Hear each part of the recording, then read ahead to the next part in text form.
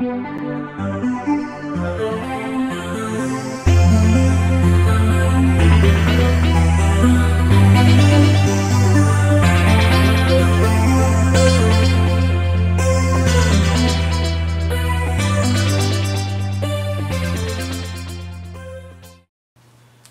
we talk about another one of our colonial Upchurch ancestors. In this case, I refer to Richard Upchurch I, who lived from 1658 to 1700. Let's give an overall sketch of this individual, and then we'll get into a few more details. He was the son of Michael Upchurch I, and the only son of Michael Upchurch I to have offspring. As you will recall, Michael Upchurch I was the original English Upchurch immigrant to come to America. He was born in, Richard Upchurch I was born in Surry County, Virginia, and he died there. Now, in midlife, he probably lived someplace else as best we can figure, and I think he married someplace else and had children. We don't know where that place is, but we know that later in life he moved back to Surry County, Virginia, where he lived out his days. One distinctive feature of this ancestor of ours is that the facts are scarce. He was named after his grandfather in England. Michael Upchurch's father, we finally figured out, who lived in Brington in Huntingdonshire, England, had the name Richard Upchurch. So when Michael Upchurch came to America and had a son, he named him after his father. Let's take a look at the colonial Upchurch chart, or chart of the first 5 generations of the family in America, and see how Richard Upchurch I fits in. You can see on the chart here where he is the son of Michael Upchurch I, as mentioned, and then he had 2 children, John Upchurch I and James Upchurch I.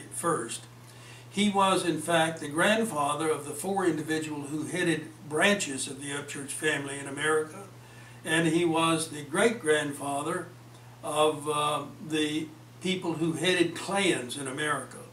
The fact is that all Americans all Upchurch Americans descended from Richard Upchurch II, given that he was the only child of Michael Upchurch I that had offspring. Let's go to the book by Belle Luter West that we often refer to, this little red volume produced in 1972. She represented the team of people who were the first to really study the Upchurches in detail, and we owe a great deal of gratitude to she and her team for carrying out this work. I'd like to read for you what she has to say about Richard Upchurch I in order to pay honor to her and to her team. On page 19 and 20 of her book, we find the following.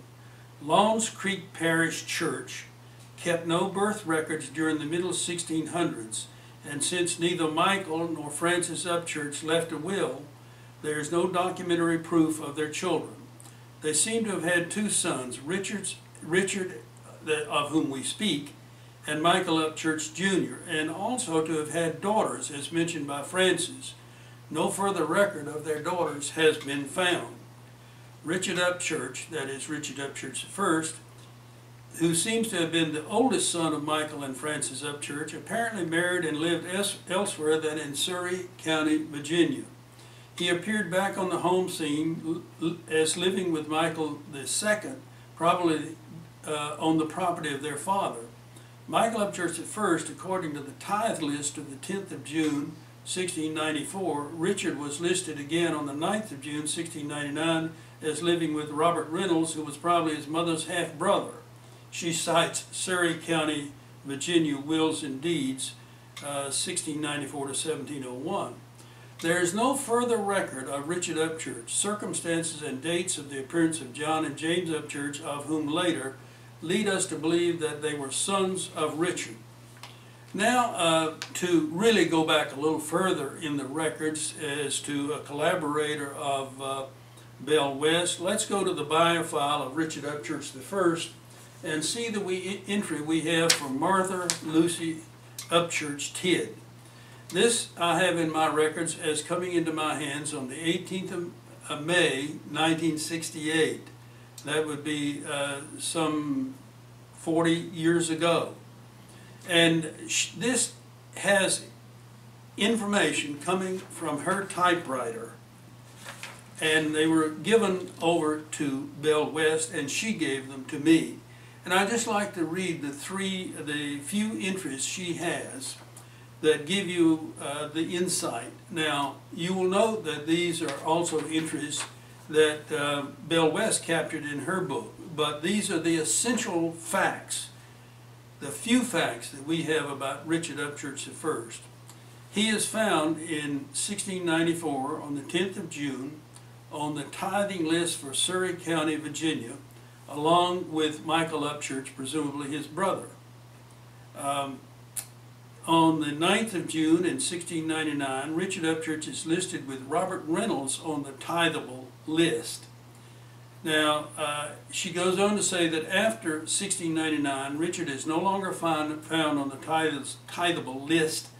Her question is, did Richard marry Reynolds, or was Frances a Reynolds?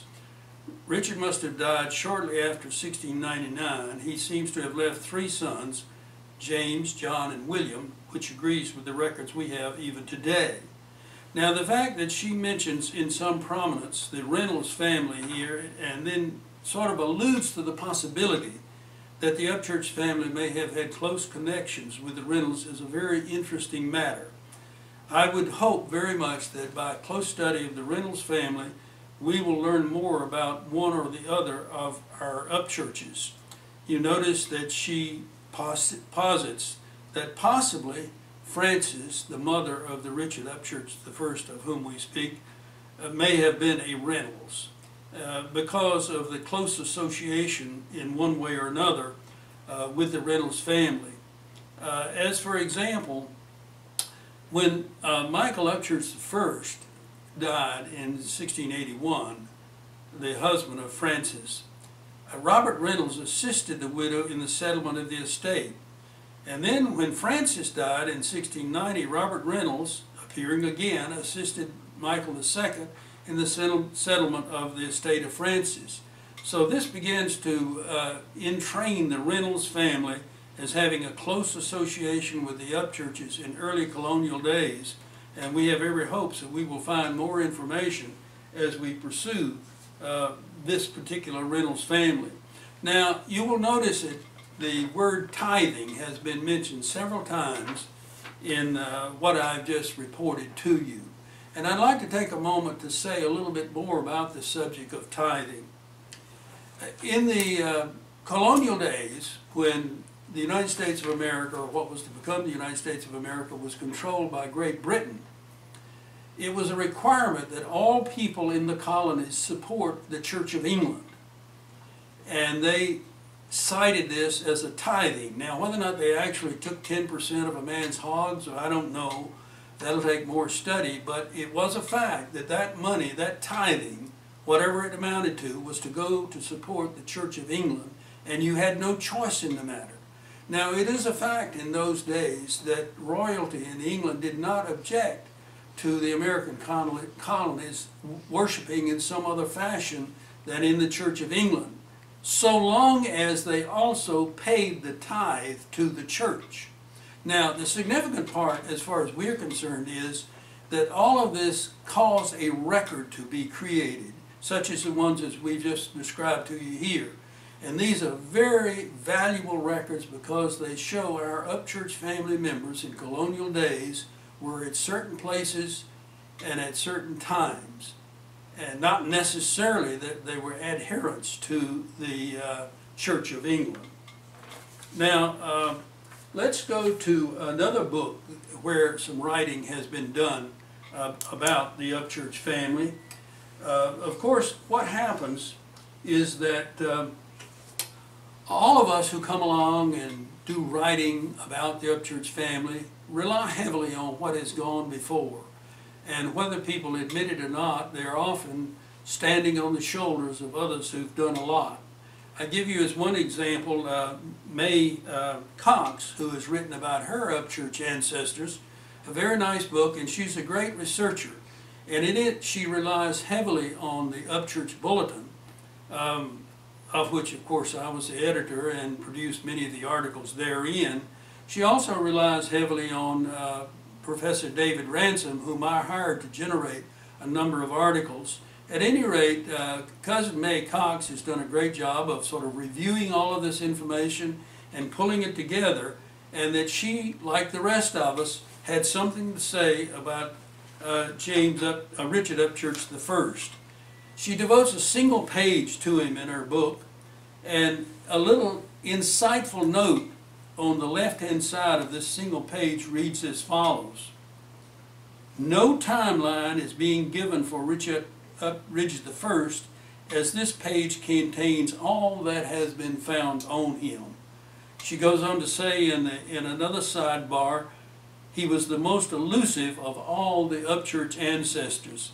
She goes ahead then to repeat the facts which we have already cited to you, which were uncovered by people like Martha Upchurch Tidd and Belle West and a couple of gentlemen.